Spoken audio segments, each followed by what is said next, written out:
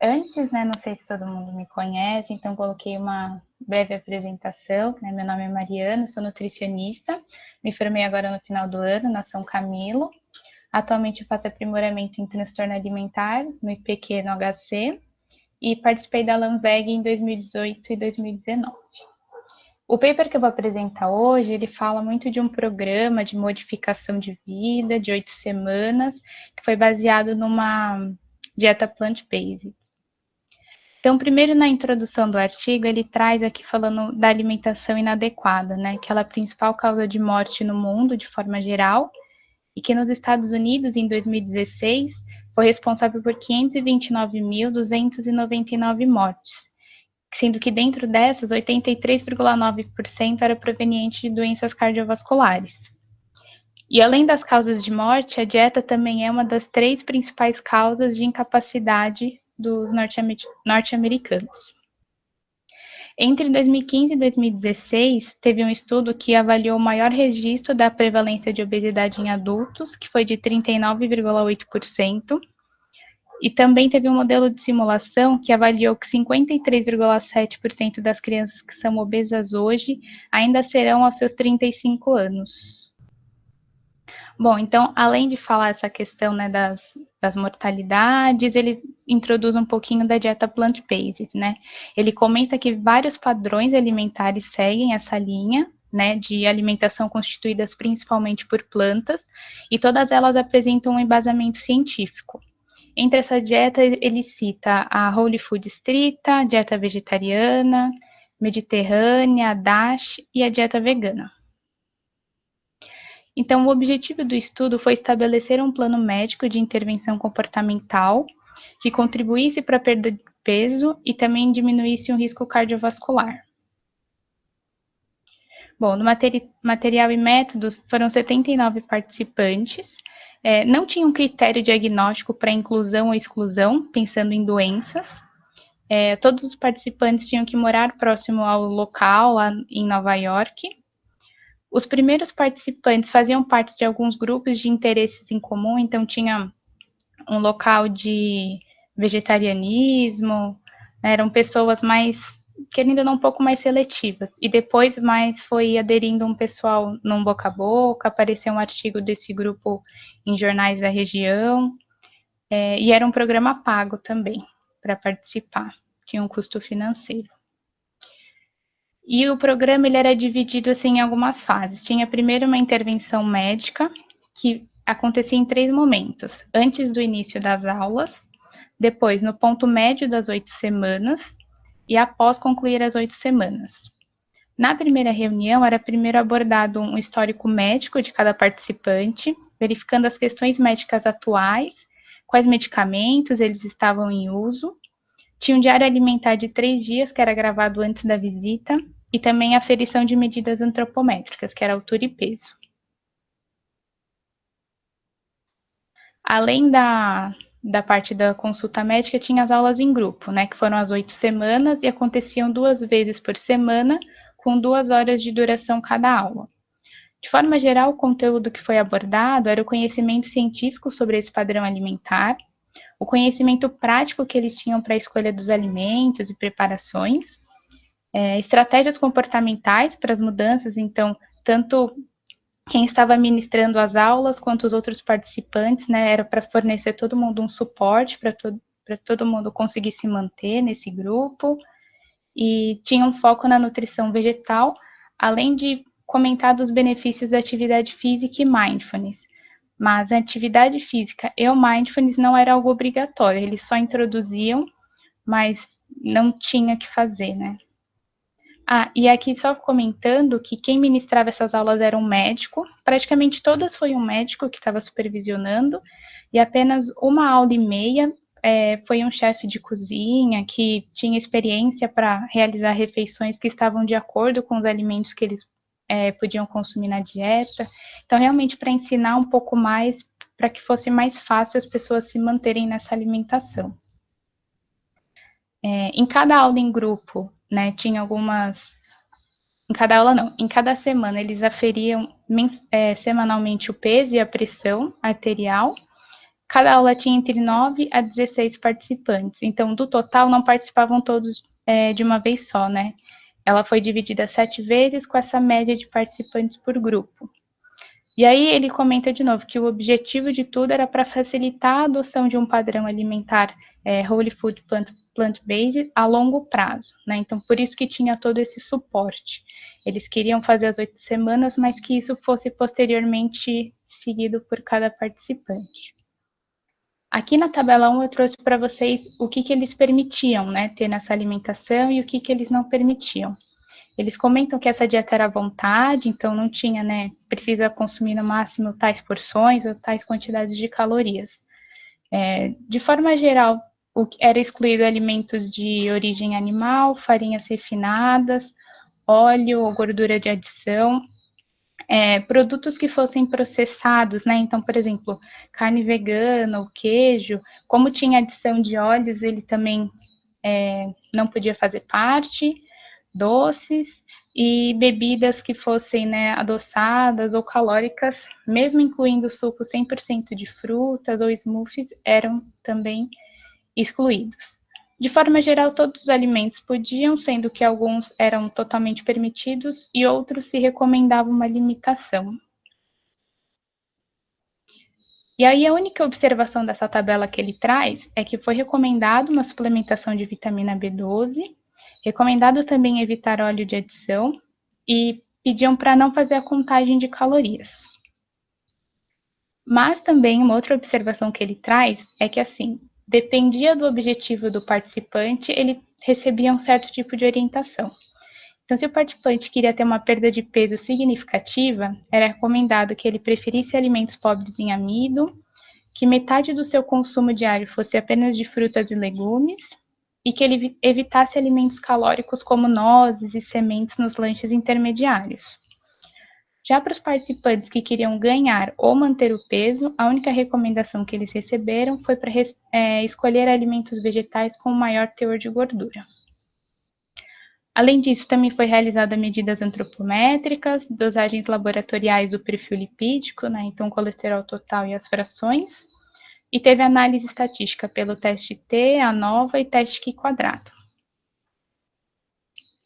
Bom, nos resultados ele coloca, né, que dos 79 participantes que entraram, 78 concluíram as 8 semanas do estudo, né, que isso representa 98,7%. Lembrando que o estudo teve duração de 8 semanas e foram divididos entre 7 grupos. Então, aconteceu 7 vezes cada aula. Na tabela 2, ele traz primeiro as características gerais iniciais dos participantes, né? Aqui a gente consegue ver que dos 79, a maior parte era do sexo feminino, a média de idade era 59 anos. Em relação à etnia, a maioria era branco. Em relação ao peso, né, a maioria era obeso. Já os diagnósticos que ele comenta, né, que não teve critério para inclusão ou exclusão, por uma coincidência, a maior parte apresentava dislipidemia, e praticamente metade desses estava em uso de estatina. A maioria também não era vegetariano. O peso, a média era 92,7 e o IMC 33,3. E ele já comenta que desde o começo não houve significância estatística entre os participantes vegetarianos e veganos com os não vegetarianos. Aqui ele trouxe a tabela para mostrando o final, né, o que mudou. Então, teve uma mudança no IMC, no peso, nos pacientes que estavam com sobrepeso e obesidade. Mas aqui numa outra tabela ele vai explicar melhor cada um desses valores. Então, em relação ao peso, né, que ele já separou entre os vegetarianos ou veganos e os não vegetarianos. Teve uma perda de peso nos dois grupos, sendo que ela foi mais significante nos participantes que não eram vegetarianos. Né? Aqui a gente teve o primeiro de 4,9 nos vegetarianos ou veganos e nos não vegetarianos 6,1. Já em relação à pressão sanguínea, ele viu tanto a pressão diastólica quanto sistólica, e aqui ele mostra, né, que nos vegetarianos ou veganos teve uma redução, novamente menor do que os participantes que não eram vegetarianos. E ele também conta que não teve significância estatística entre os pacientes com ou sem hipertensão. Já em relação ao colesterol e triglicérides, ele mostra que todas as frações reduziram, até mesmo o HDL e colesterol. Apenas no triglicérides não teve uma significância estatística e também não teve significância entre os pacientes que estavam em uso de estatina e aqueles que não tinham dislipidemia. Além disso, ele traz também informações em relação ao medicamento que eles utilizavam, né? Que na primeira consulta médica eles comentavam que entre o histórico também avaliava qual medicamento esses participantes estavam consumindo. Então, 21 participantes, que dá em torno de 26,9%, estavam aptos para reduzir a dosagem ou frequência de pelo menos um dos medicamentos de uso crônico. E os principais foram antipertensivos, hipoglicemiantes e medicamentos para refluxo gastroesofágico. 2 participantes apenas precisaram aumentar a medicação no início do estudo, porque naquela consulta foi verificado que o controle glicêmico do diabetes tipo 2 estava inadequado e o outro ele estava com o medicamento incorreto para hipertensão. Então precisou ajustar. Bom, na discussão ele mostra que a redução da pressão sanguínea está de acordo com as evidências, né? Pensando que as dietas vegetarianas têm uma pressão menor. A perda de peso que foi observada é notável devido ao curto prazo do estudo, pensando que a dieta era à vontade e não tinha exercício nem controle de estresse de forma obrigatória. Aqui ele traz alguns outros dados, né, para ir confrontando. Então, ele mostrou um estudo que foi de prevenção de diabetes com obesidade, que teve uma redução de sobrepeso e obesidade de 6% do peso corporal apenas após 24 meses, mas esse estudo tinha uma restrição calórica e de gordura, além de apresentar o exercício físico. Um outro estudo controlado randomizado com um grupo, né, de educação quinzenal, também com uma dieta Whole Food Plant-Based, que era igual desse estudo, teve uma perda de 9,1 de peso corporal em 12 semanas, no grupo que tinha essa intervenção da dieta. E ele fala que para alguns indivíduos essa alimentação à vontade pode ser mais aceitável para perda de peso do que as abordagens tradicionais, né, que a gente pensa em restrição calórica associada com exercício físico, e que esses resultados poderiam só melhorar ao longo do tempo. Ele comenta também que a ingestão calórica não foi avaliada, mas que a perda de peso reflete uma redução na ingestão de calorias. E a hipótese que traz é que teve uma redução da densidade energética da alimentação, porque os alimentos ultraprocessados estavam dentro daqueles excluídos da tabela 1. E aí ele traz até um estudo, né, que ficou bem conhecido no passado, que ele identificou que os indivíduos que recebiam as refeições ultraprocessadas consumiam 500 calorias adicionais em relação à nova dieta. E ele usa também a classificação nova, né, que é do nosso guia alimentar, para falar dessa diferença dos ultraprocessados e dos alimentos que não tinham nenhum processamento, né, que seriam os in natura e minimamente processados.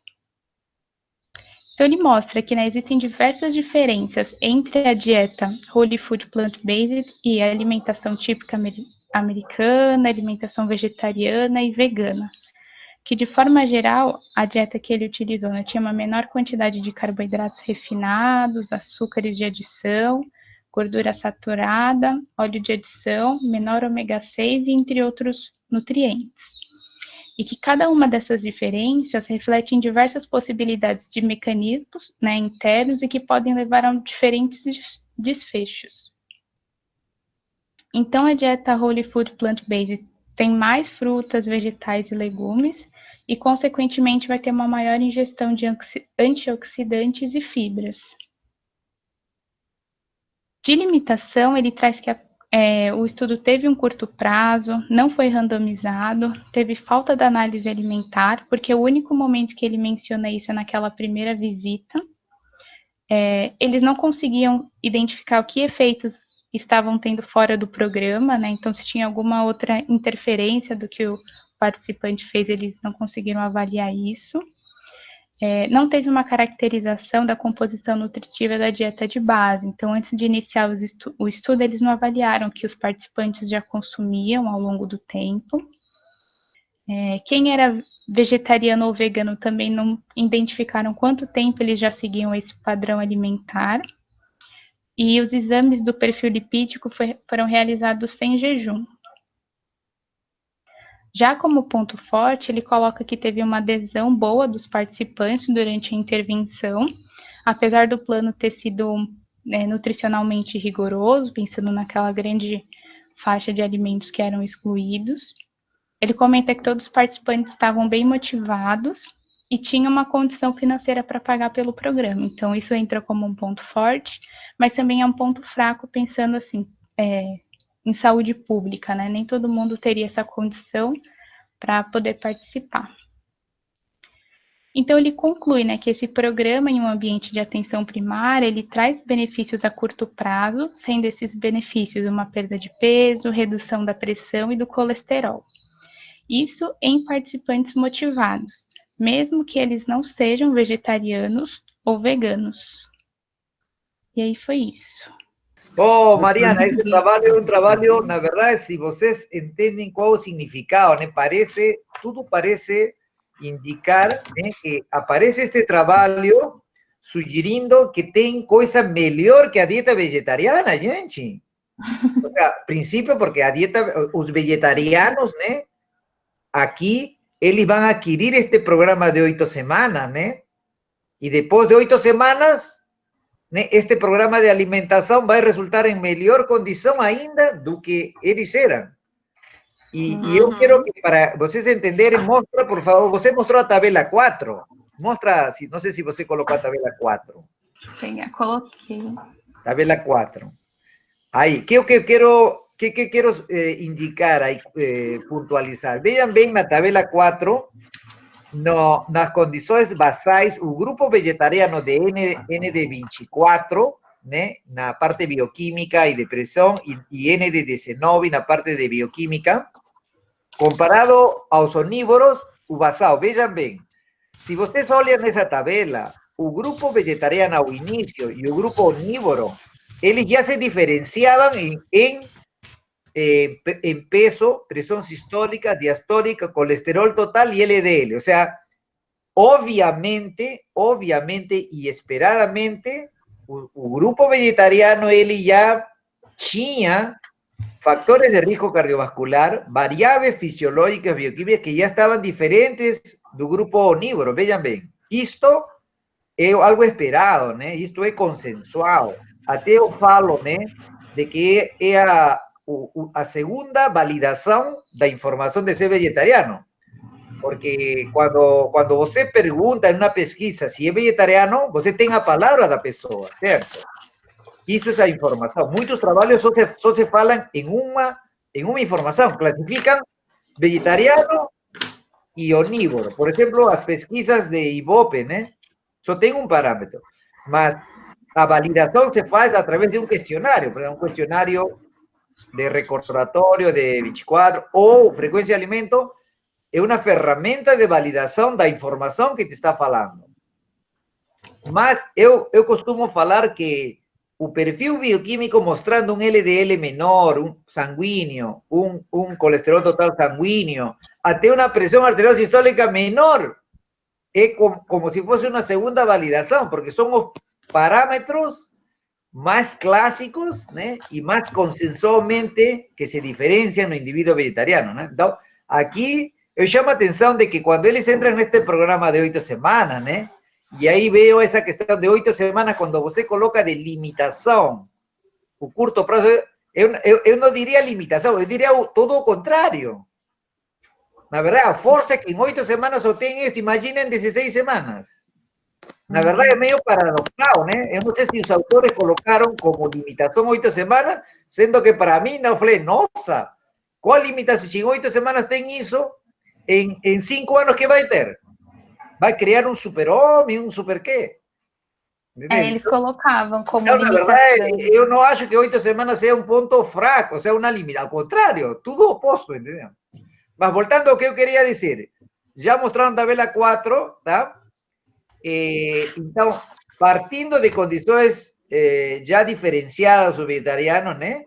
O grupo vegetariano, ele com esse programa de 8 semanas, né? Eles conseguem, nossa, ter mudança em benefício de peso, pressão e bioquímica. Eu acho que, nossa senhora, uma coisa... E quando eu olho, né, aonde que está, né? Mostra a tua tabela 1, por favor. Mostra a tua tabela 1. E aí vem a resposta, né? Porque a pergunta, o desafio, eu vou perguntar para todos, né? O que acham desta frase, né? Será que a través desse estudo sugiere que pode ter algo melhor que a dieta vegetariana? O sea, ese es el desafío. Yo quiero que você me responda, né? Só quero que olhe. Eu vou comentar depois disto, né? A ver, antes de ir a eu colocar o que eu quero falar disto, a ver, alguém quer responder sobre isso? Será que este trabalho sugere que pode ter uma dieta superior a isso? O que acham, você? Eu acho que tem o complemento, né?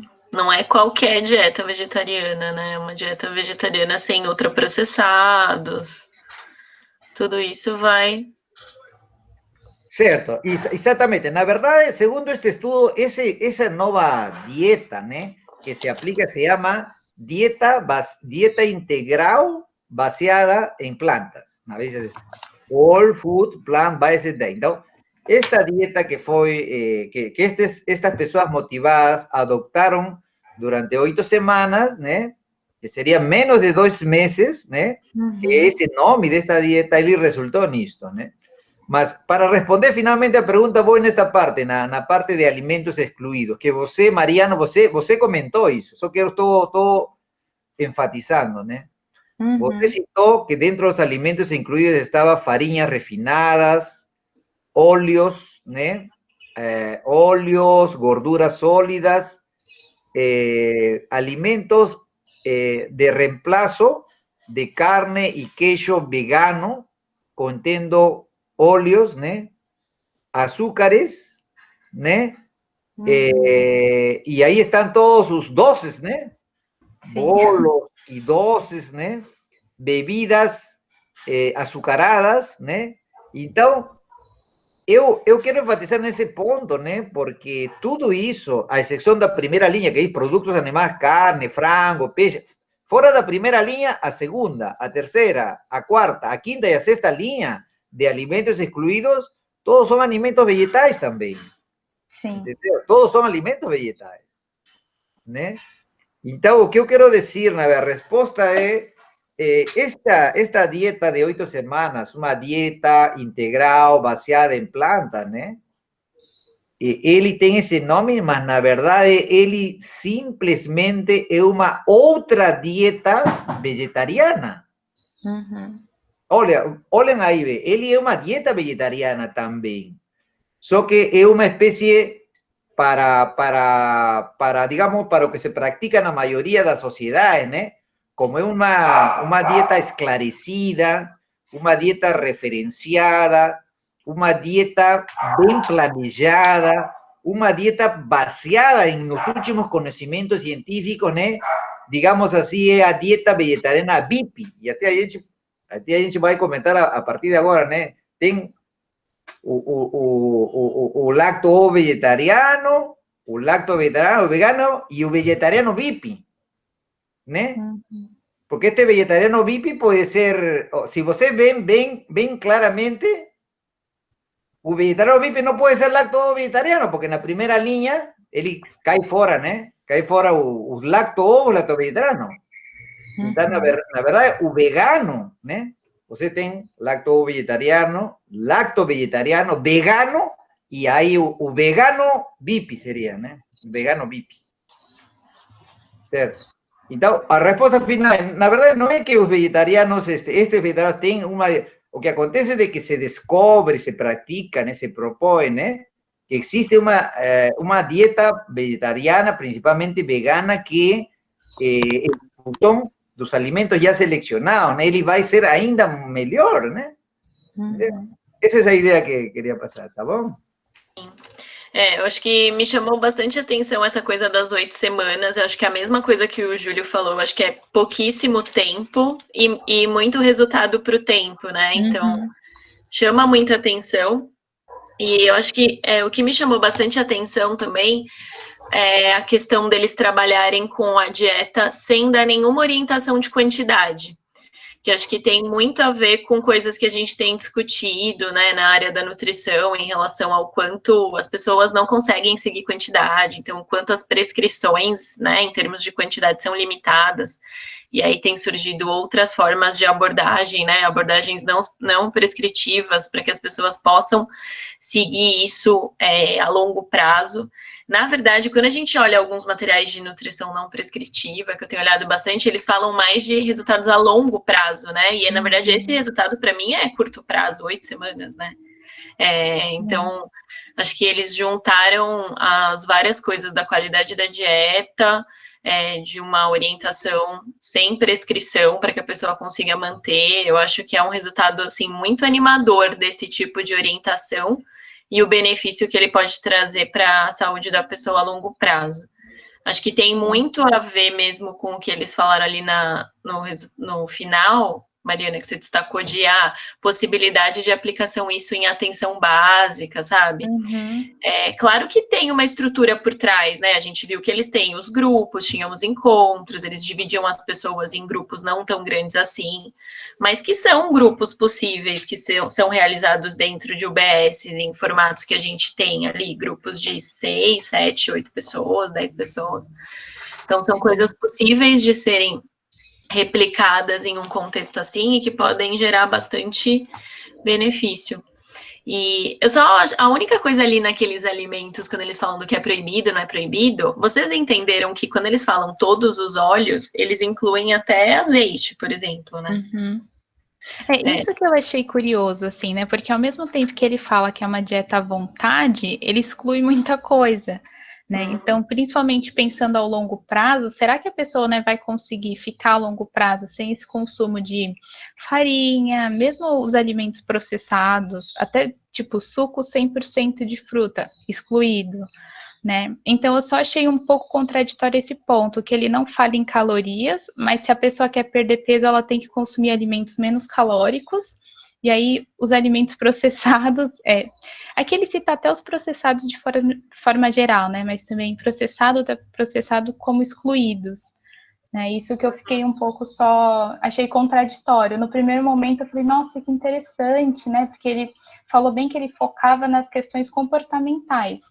Mas aí, quando chega também para a dieta, ela é bem restrita, né? Por mais que tenha uma variedade de alimentos vegetais, tem uma restrição que vai ser difícil manter a longo prazo para que esses resultados se perpetuem, né? Eu tive um pouco essa impressão.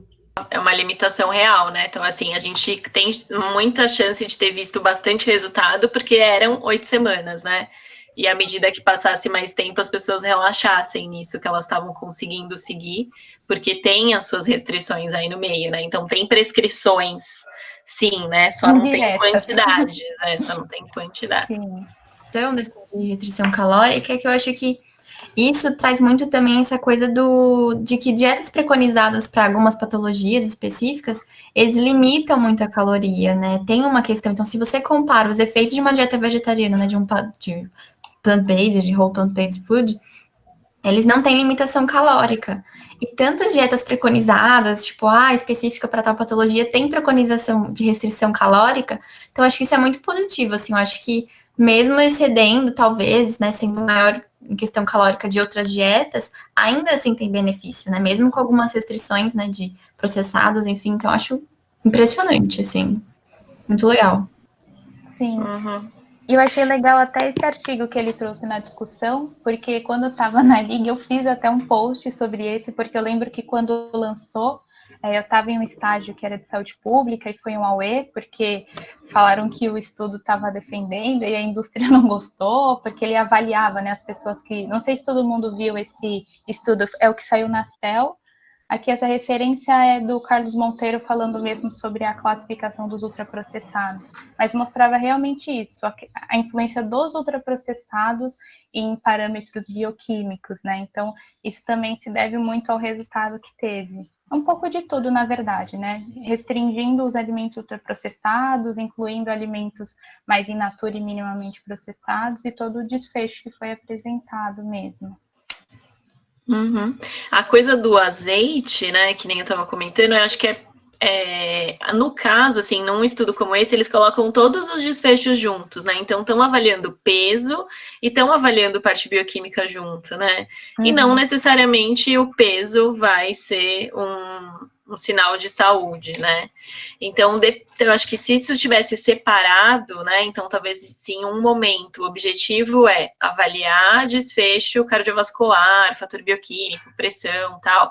E aí, por exemplo, não faria sentido ficar restringindo o consumo de azeite, que tem vários benefícios comprovados. E aí, num outro momento, sim, quando se quer ver só perda de peso, daí sim, né, junto com aqueles outros alimentos calóricos. Então, eu acho que nisso, como ficava ali meio que a critério deles, eles queriam mostrar junto as duas coisas, talvez tivesse até mais efeito, né? Então, tem algum efeito que pode ficar escondido, porque fica dividido entre esses dois também, né? Sim, e até a própria perda de peso, né? Não fica muito bem definido, não está destrinchado. Então, ele perdeu peso de forma geral, mas o que foi perdido, né? Então, acho que ficam alguns termos em aberto.